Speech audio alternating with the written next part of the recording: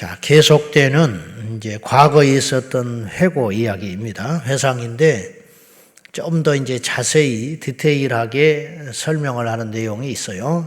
그러니까 그 전에 출애굽기나 또 민수기에서 있었던 일들이 정복했더라 이렇게 간단하게 했지만 좀 더 소상하게 어떤 배경을 가지고 싸움을 하게 됐는지 등등에 대한 이야기가 이제 신명기서에 반복되어 말씀하고 있습니다. 오늘 3장에는 요단 동편 이제 바산 지역을 정복한 이야기와 모세의 하나님에 대한 간구, 그리고 모세가 죽는 걸 받아들이고 여호수아를 세우는 장면이 등장하고 있습니다. 바산 왕국은 강대한 민족이었습니다. 그리고 철저히 준비가 되어 있는 상태였습니다. 그러니까 외부에서 침략하는 적으로서는 버거운 상대였죠. 그리고 이게 같은 숫자로는 절대 이길 수 없어요. 그러니까 고대 전쟁에서 침입하는 자가 성을 지키고 있는 그쪽에 주둔하고 있는 나라들과 싸우기 위해서는 약 4배 이상의 병력이 있어야 비슷한 싸움이 되었다라는 것이 그 당시의 전투 상식이었습니다. 그런데 숫자도 적고 그리고 그 지형은 처음이었고 그들에게는 방비가 완전히 준비된 상태였는데 누가 보아도 이 전쟁은 승산이 없는 전쟁이었습니다. 승산이 없는 적을 만나거든 화해를 청하든지 조공을 바치든지 해서 다음의 기회를 보는 것이 상식이죠. 그런데 하나님의 전쟁은 그렇지 않았어요. 그러니까 묘하게도 세계 전쟁사에 없는 전쟁들을 이스라엘 백성들은 하고 있는 거예요. 우리가 여호수아에 가서도 알지만은 여리고성을 무너뜨릴 때 칼과 뭉치로 무너뜨린 게 아니거든요. 함성을 지를 때 여리고성이 무너졌다. 법궤를 앞세우고 6일 동안 돌고 7일째에 소리 질렀더니 성벽이 무너지는 일이 있었다. 이게 말이 되는 일이냐? 그래서 사람들이 안 믿으려고 하는 거예요. 그러나 고대 유물들이 발견돼요. 그래서 여리고성이라고 추측되는 성벽이 무너졌는데 그 고대 유적을 연구하는 학자들이 하나같이 말하는 것은 이렇게 무너진 스타일의 성벽은 본 적이 없다는 거죠. 모든 성벽은 외부에서 밀고 들어가기 때문에 바깥에서 안쪽으로 무너져야 상식인데 유일하게 안쪽에서 밖으로 무너뜨려 버린 성벽을 발견하게 된 거예요.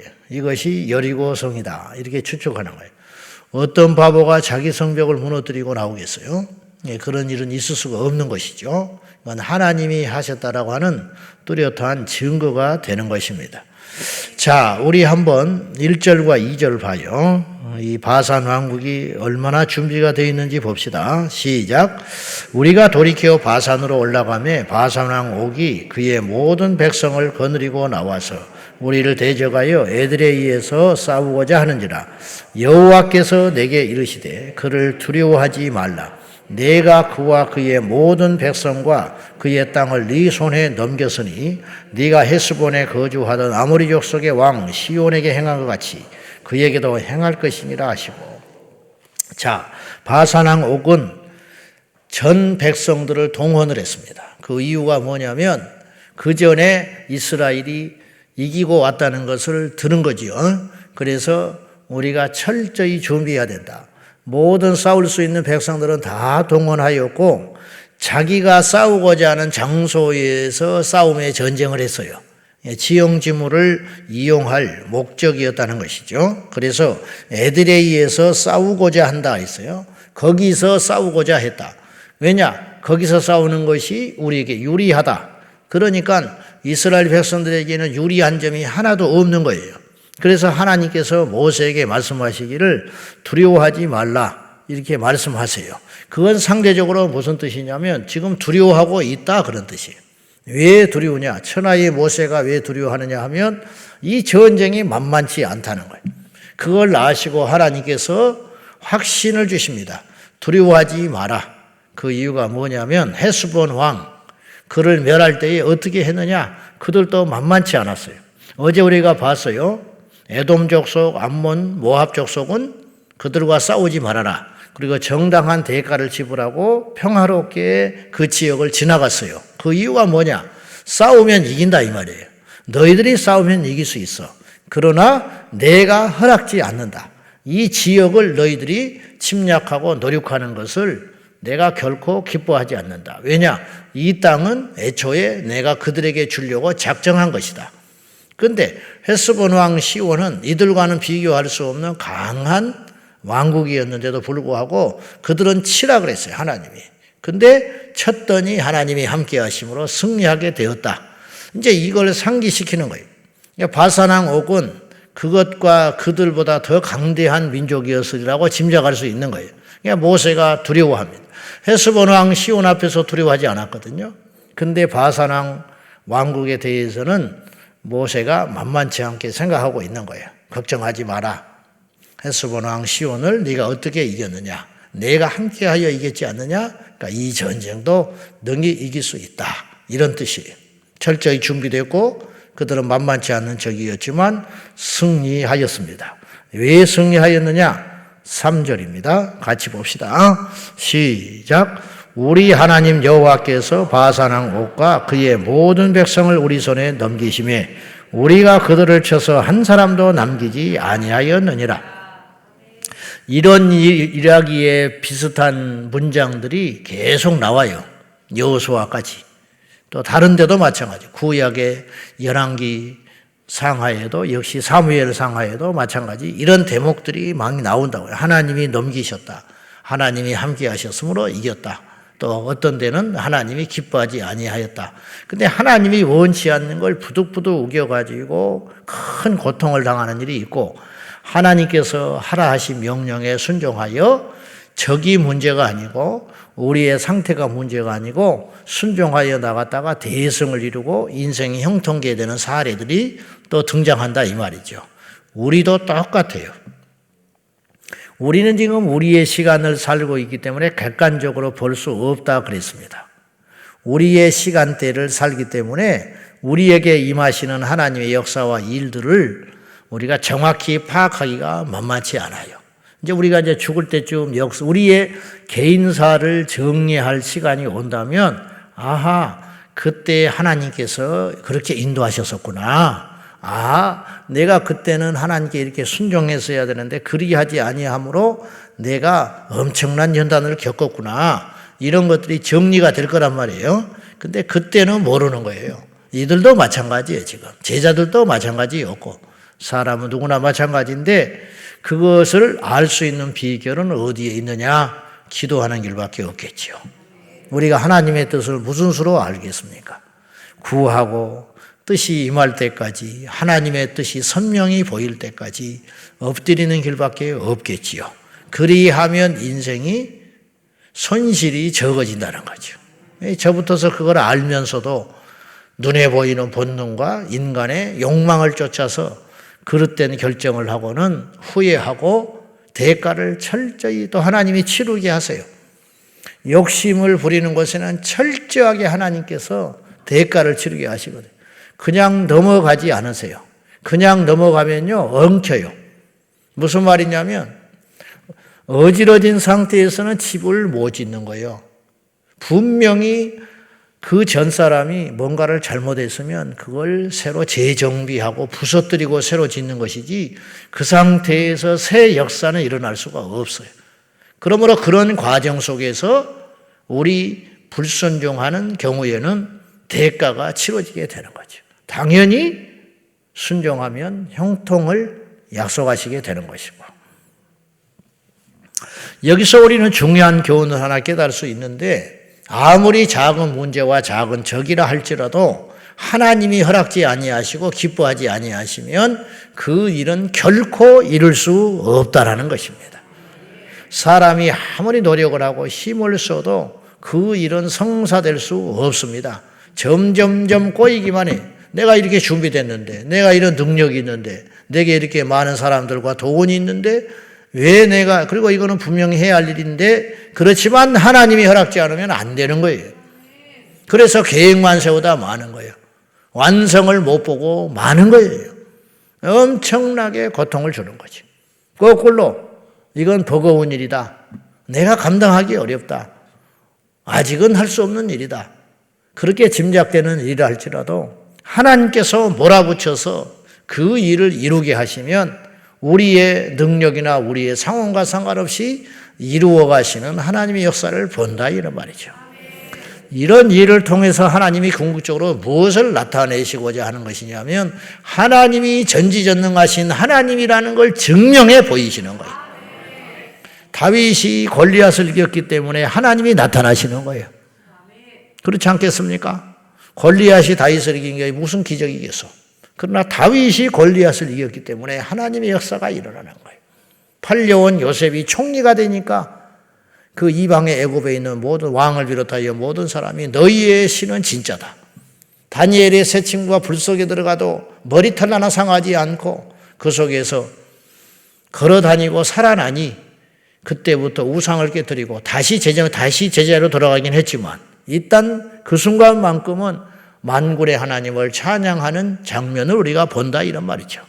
이를 통하여 하나님이 당신을 나타내 보이시는 것이죠.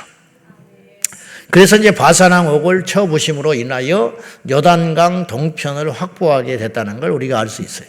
그래서 우리가 아는 대로 세 지파 사람들이 이곳을 루벤, 갓 그리고 므낫세의 반지파, 그러니까 정확히 표현하면 두 지파 절반이 요단강 동편을 차지하게 됩니다. 뭐 때문에 차지하게 됐죠?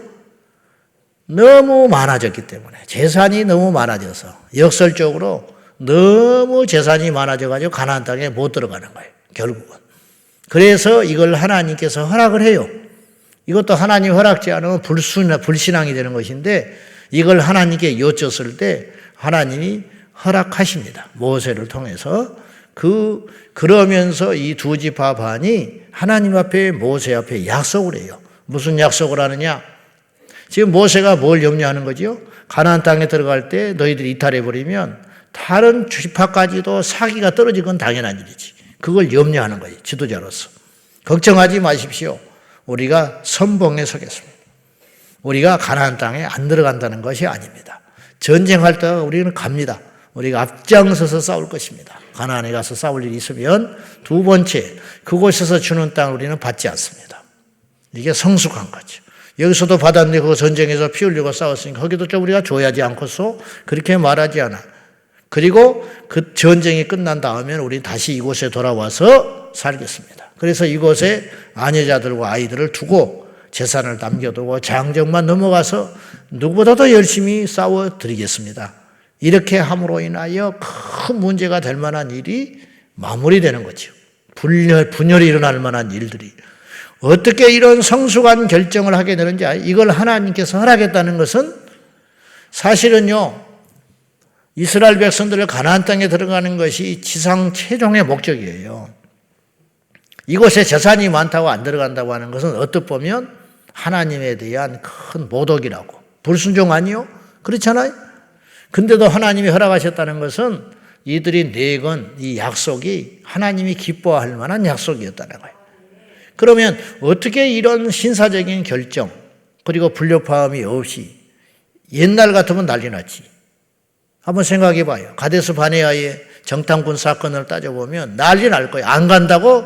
그러면 또 옛날 습관이 나오지. 다 죽었다. 응? 우리가 힘써서 가서 싸워도 이게 일까 말까 한 판인데 안 간다고?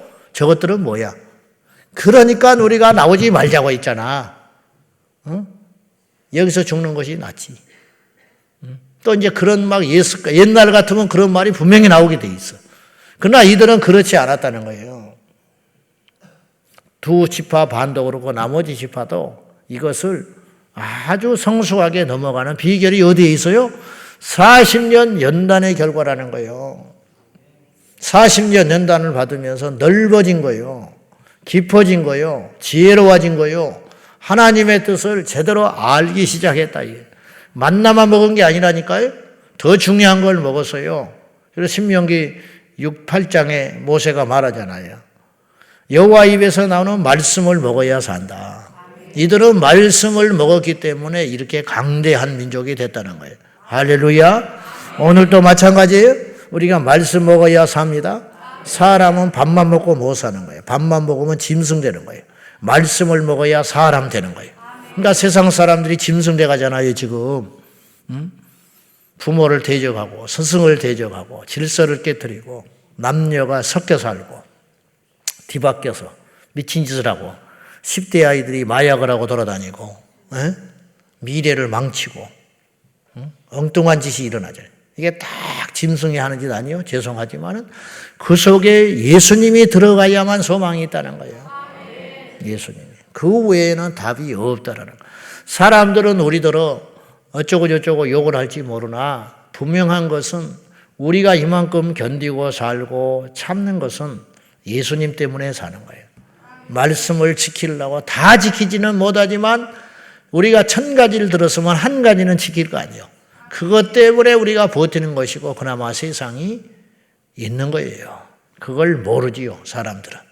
우리가 매일 마시는 산소를 나무들이 뿜어내는 산소 때문이라는 걸 모르듯이 우리가 매일 마시는 물이 누군가의 수고로 인하여 얻어진다는 걸 모르듯이 지금 이 세상 이만큼 버티고 있는 것은 하나님의 말씀을 지키는 빛과 소금의 사람들이 있기 때문에 버틴다는 걸 모르는 거예요, 지금.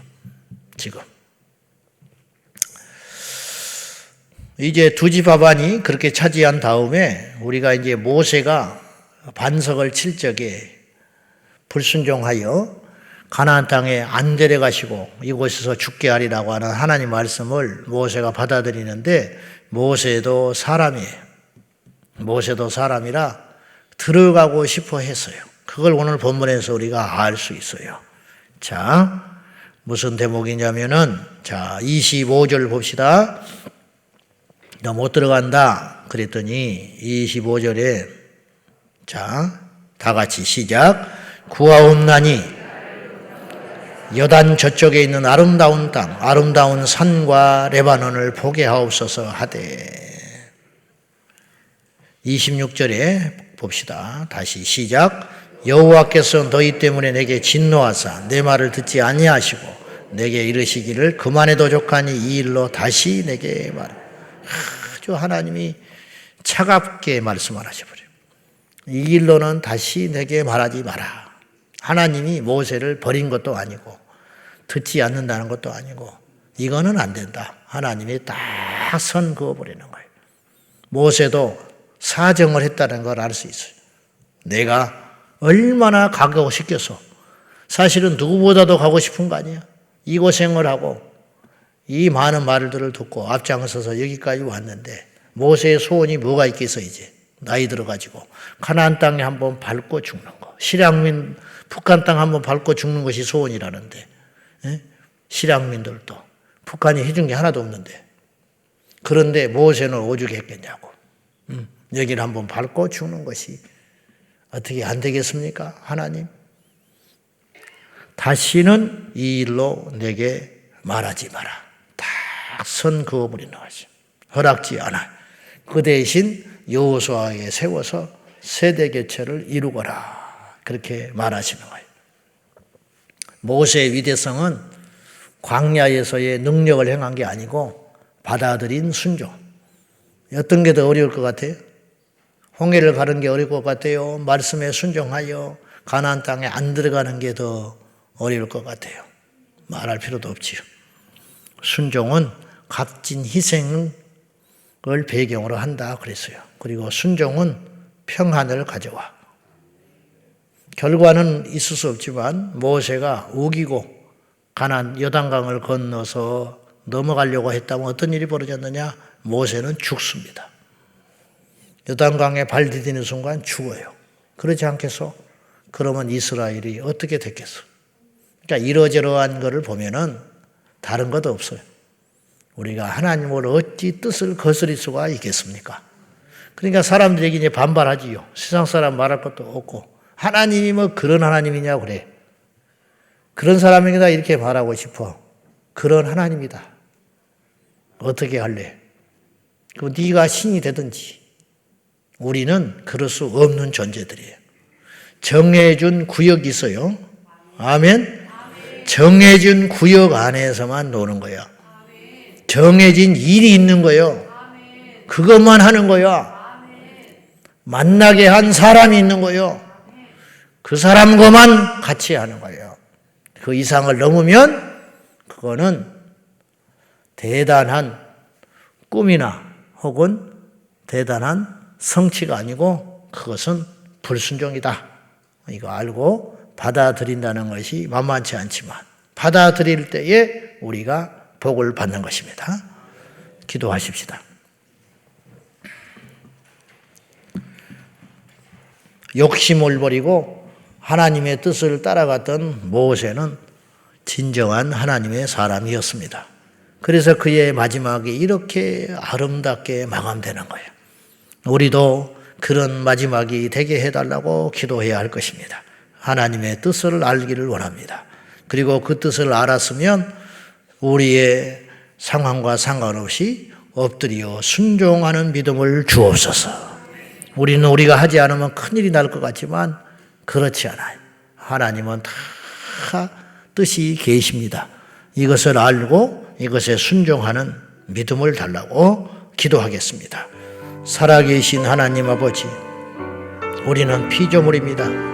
우리가 할 수 있는 일과 할 수 없는 일이 많습니다. 하나님이 허락하신 일 안에서만 우리는 존재할 뿐입니다.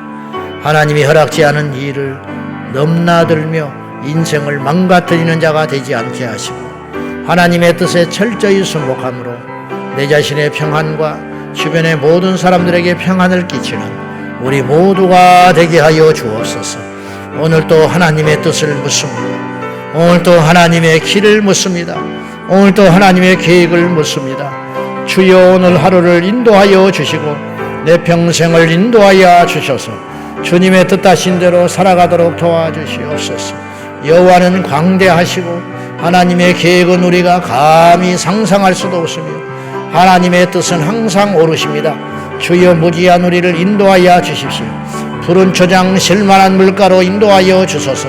눈물 버린 어린 양과 같은 어리석은 우리들에게 하나님께서 광명의 빛으로 인도하여 주시고 생명의 길로 인도하여 주시고 푸른 초장 실만한 물가로 인도하여 주시사 우리의 인생이 풍성하게 하여 주시고 우리의 인생이 고달프지 않게 하시며 우리의 삶이 평안을 누릴 수 있도록 도와주시옵소서. 주여 도와주소서. 하나님 아버지, 우리에게 지혜와 믿음을 주사 마땅히 품지 말아야 할 것을 품지 않게 하시고 마땅히 생각할 것 이상의 것을 생각하지 않는 분명한 경계의 지혜를 허락하여 주시옵소서. 아무리 소소하고 작은 일이고 합당한 일이라 할지라도 하나님이 허락지 아니하면 멈춰서게 하여 주시고 아무리 불가능해 보이는 강대하고 어려운 일이라 할지라도 여호와께서 우리에게 명하시면 그 일을 목숨 걸고 준행할 수 있는 우리 모두가 되게 하여 주시옵소서. 우리에게 정해진 경계가 있을 줄로 압니다. 우리에게 허락하신 일 이상이 없을 줄로 압니다. 주여 기도합니다. 알게 하여 주십시오. 깨닫게 하여 주십시오. 그리고 멈춰서게 하시고 순종하는 믿음 또한 허락하여 주옵소서. 분노와 욕심으로 우리의 인생을 망가뜨리는 어리석은 인생이 되지 말게 하여 주시고 날마다 순복함으로 기쁨과 감사와 평안이 넘치는 삶이 되도록 역사하여 주옵소서. 예수님의 이름으로 간절히 기도하옵나이다. 아멘. 주여 주여 주여. 살아 역사하시는 하나님 아버지, 우리를 다스려 주소서. 우리를 통치하소서. 우리를 인도하소서.